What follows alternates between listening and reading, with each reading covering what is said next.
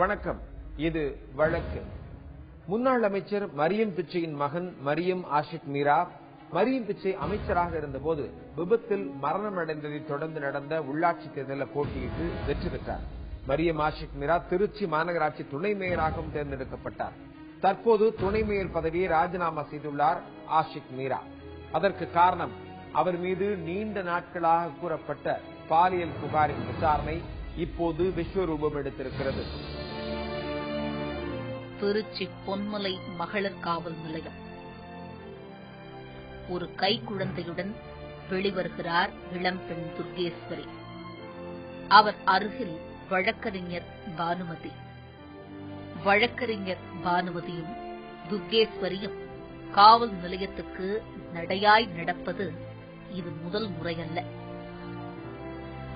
சில சமயங்களில் நீதி எப்படி நொண்டியடிக்கும் என்பதற்கு துர்கேஸ்வரியே சிறந்த உதாரணம்.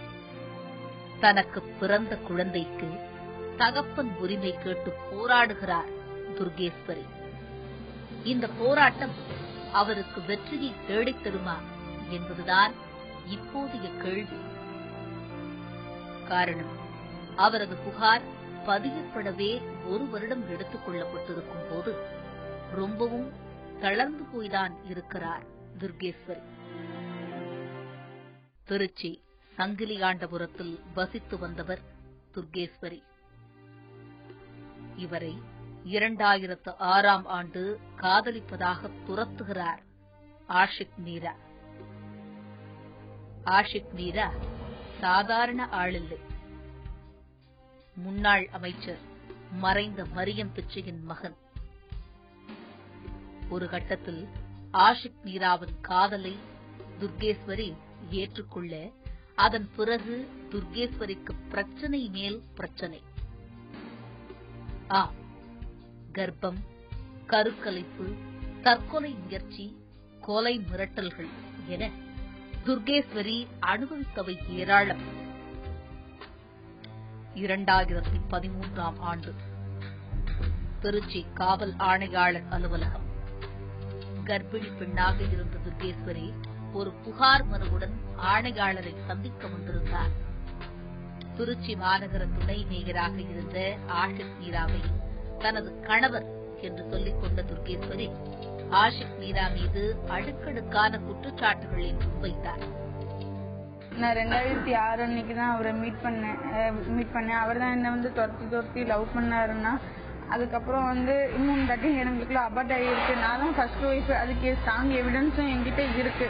இப்போ 5வது தட்டா நான் ப்ரெக்னென்ட் ஆகியிருக்கேன். இதையும் கலைக்க சொல்லி அவங்க வீட்டில் இருக்கிறவங்க என்னை ரொம்ப டார்ச்சர் பண்ணுறாங்க, கொலை மிரட்டல் விடுறாங்க. நான் இப்போ கமிஷன் ஆஃபீஸ்க்கு நான் எதுக்கு வந்தேன்னா, என் குழந்தைக்கு அப்பா அவர் தானே தெரியணும், என்ன ஃபர்ஸ்ட் ஒய்ஃப்ன்றது ப்ரூவ் பண்ணணும். 3வது என்ன ஜமாத்தில் பேர் ஏற்றணும். 4வது அவர் எங்கே வாழ்றாரோ அங்கே தான் நான் சேர்ந்து வரணும்.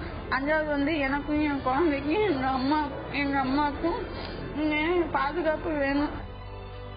ஏற்கனவே இதே கமிஷனர் அலுவலகத்தில் வைத்து ஆஷிக் மீரா தன்னுடன் சமாதானமாக போனவர்தான் என்று சொன்ன துர்கேஸ்வரி மறுபடியும் புகாருடன் வந்ததால் பெரும் பரபரப்பு. இவர் யாருன்னு கேட்டதுக்கு ஒய்ஃப்னு தான் ஒத்துக்கிட்டாரு. வயிற்றுல இருக்க குழந்தை இவருதான் ஒத்துக்கிட்டாரு. தனியா வீடு பார்த்து வச்சு ஒழுங்கா குடும்பம் நடத்த சொல்லி சொன்னாரு. சொல்லிட்டேன், தனியா வீடு பார்த்தது கரெக்டா உங்களுக்கு ஹாஸ்பிட்டல் எல்லாம் கூட்டிட்டு போகணும், ஜமாத்துல பேர் ஏத்துங்க 3 மாசத்துல, அதுக்கப்புறம் நீங்க ரேஷன் கார்டு எல்லாம் வாங்கி தரணும், பாஸ்போர்ட்ல பேரெல்லாம் ஏத்தணும்னு சொன்னார், பேர் மாத்தணும்னு சொன்னார். அவங்க மட்டும் இவங்க எல்லாம் ஒண்ணுமே செய்யலன்னு. ஆஷிக் மீராவிடம் துர்கேஸ்வரி தனது குழந்தைக்கு அப்பாவை தேடினார். ஆஷிக் மீராவிடம் தனக்கு மனைவி அந்தஸ்து வேண்டும் என்றார் துர்கேஸ்வரி.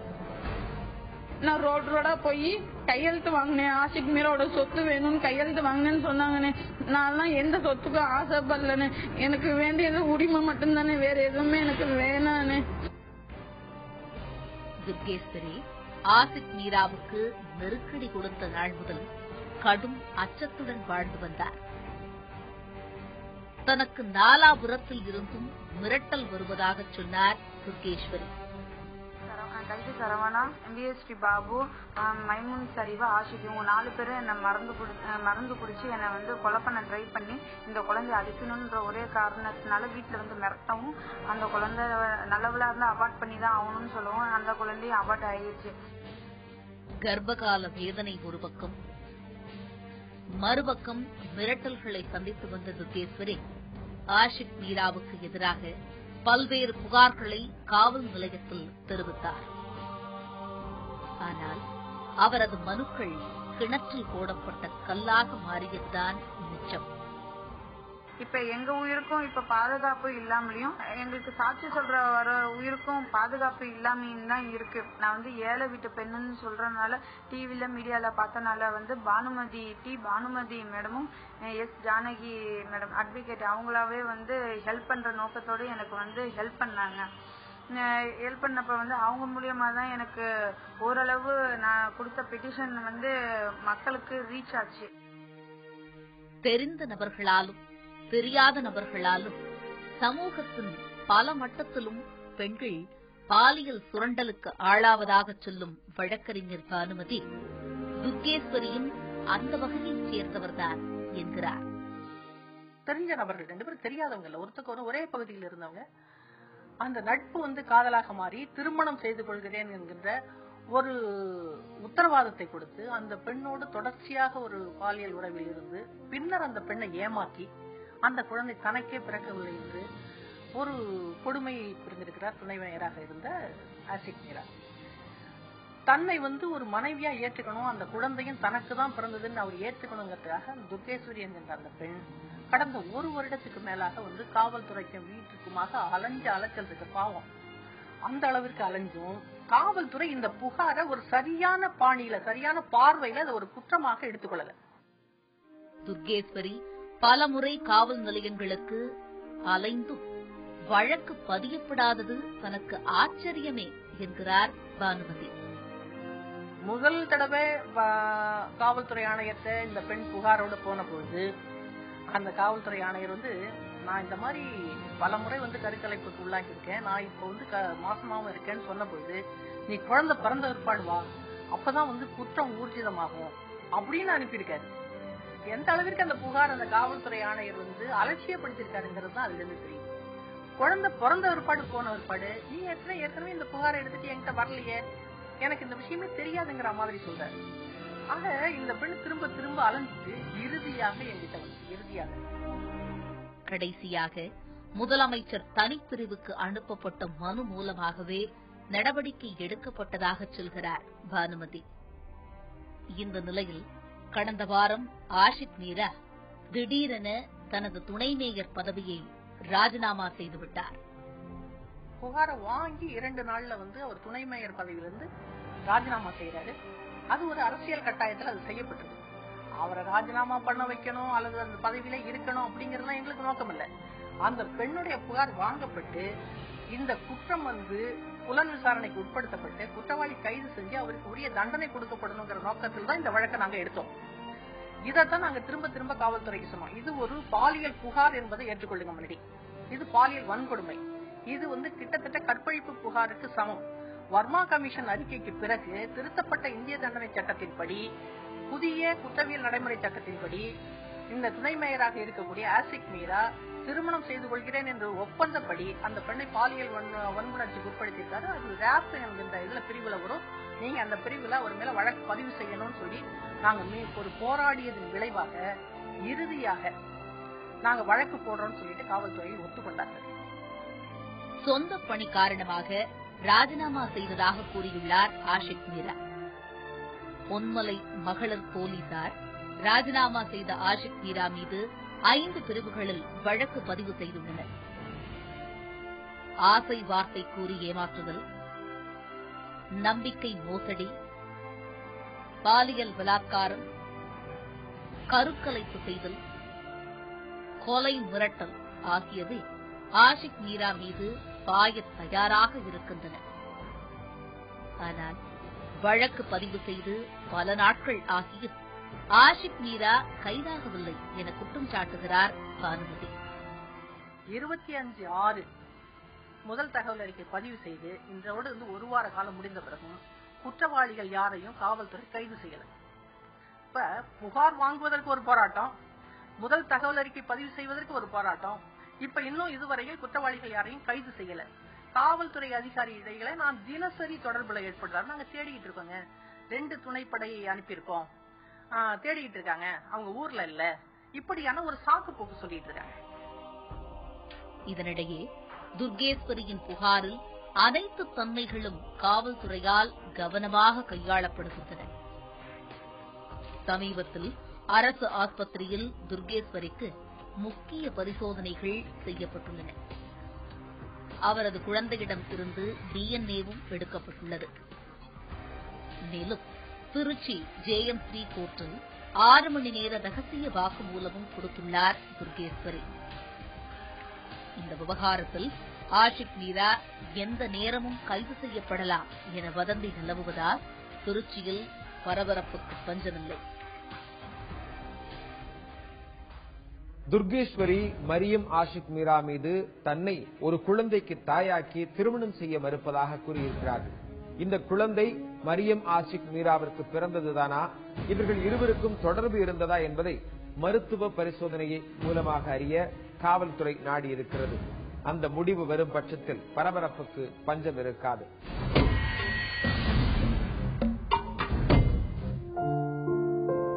பெரம்பலூர் மாவட்டத்தில் உள்ள அழகான கிராமம் குன்னம்.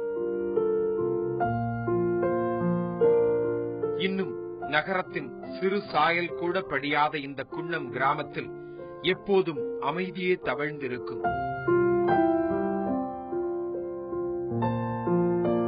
விவசாய வேலைக்கு சென்றுவிட்டு வீடு திரும்பும் இந்த ஊர் மக்கள் முன் இரவிலேயே உறங்கும் வழக்கம் கொண்டவர்கள்.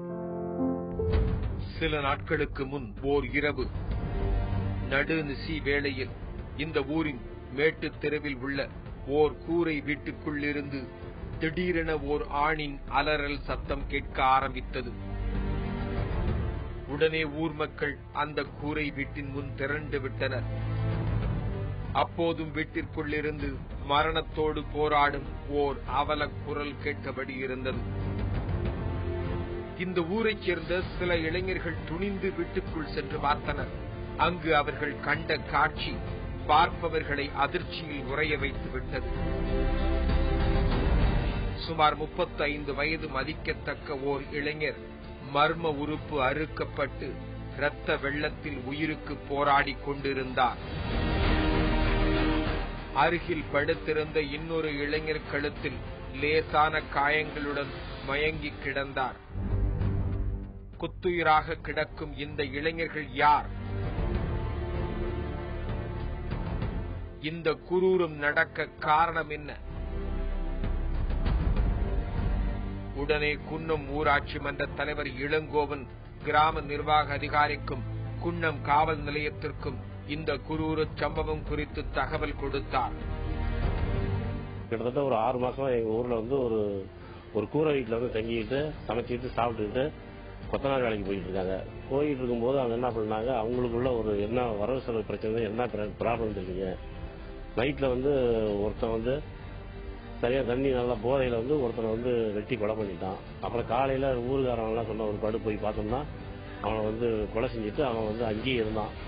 ஊருக்காரங்களாம் சுற்றி வளைச்சி பிடிச்சி டிஓவுக்கும் காவல்துறை சொல்லிட்டான்.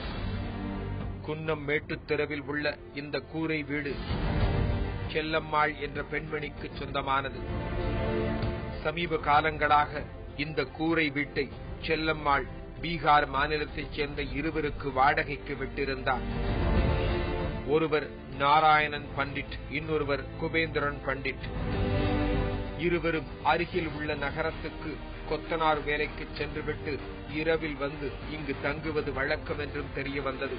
இதற்கிடையே மர்ம உறுப்பு அறுபட்ட நாராயணன் பண்டிட் துடிதுடித்து இறந்து போனார். ஆனால் குபேந்திரன் பண்டிட் சுய நினைவுடனேயே இருந்தார். அதற்குள் சம்பவ இடத்திற்கு விரைந்து வந்த காவல்துறையினர் நாராயணன் பண்டிட் உடலை கைப்பற்றி பெரம்பலூர் அரசு ஆஸ்பத்திரிக்கு பிரேத பரிசோதனைக்காக அனுப்பி வைத்தனர். மேலும் இந்த கொடூர சம்பவம் குறித்து கழுத்தில் காயங்களுடன் கிடந்த குபேந்திரன் பண்டிட்டிடம் விசாரணையை மேற்கொண்டனர். காலையில போலீஸ் அதிகாரி எல்லாம் வந்து பார்த்துட்டு அவங்கள பெரம்பலூர் ஜிஹெச்சுக்கு காடி எடுத்துட்டு போய் கொண்டு போய் பிரேத பரிசோதனைக்கு அனுப்பி வச்சாங்க. அதனால அந்த ஏரியாவில் ரொம்ப பரபரப்பா பயங்கரமாக இருந்துகிட்டு இருந்துச்சு. காவல்துறையினரிடம் முதலில் குபேந்திரன் பண்டிட் மர்ம நபர்கள் 2 பேர் நள்ளிரவில் புகுந்து நாராயணன் பண்டிட் மர்ம உறுப்பை அறுத்து கொலை செய்ததாக கூறியுள்ளார். மேலும் அவர் முன்னுக்கு பின் முரணாக பேசியதால் சந்தேகமடைந்த காவல்துறையினர் தீவிர விசாரணை நடத்தினார்கள். அப்போது நாராயணன் பண்டிட் தினமும் நள்ளிரவில் தன்னை ஓரினச் சேர்க்கைக்கு அழைத்து தொல்லை கொடுத்து வந்ததால் ஆத்திரமடைந்து இதுபோல் செய்ததாகவும் கொலை குற்றத்திலிருந்து தப்பிப்பதற்காக 2 மர்ம நபர்கள் நுழைந்ததாக நடித்ததாகவும் கூறியிருக்கிறார் குபேந்திரன் பண்டிட். காவல்துறையினர் குபேந்திரன் பண்டிட்டை கைது செய்தனர். வயிற்று பிழைப்புக்காக ஊர் விட்டு ஊர் வந்த இவர்கள் தன் ஒழுங்கீனமான செயல்பாடால் வாழ்வை தொலைத்தது அப்பகுதி மக்களிடையே பெரும் பரபரப்பை ஏற்படுத்தியுள்ளது.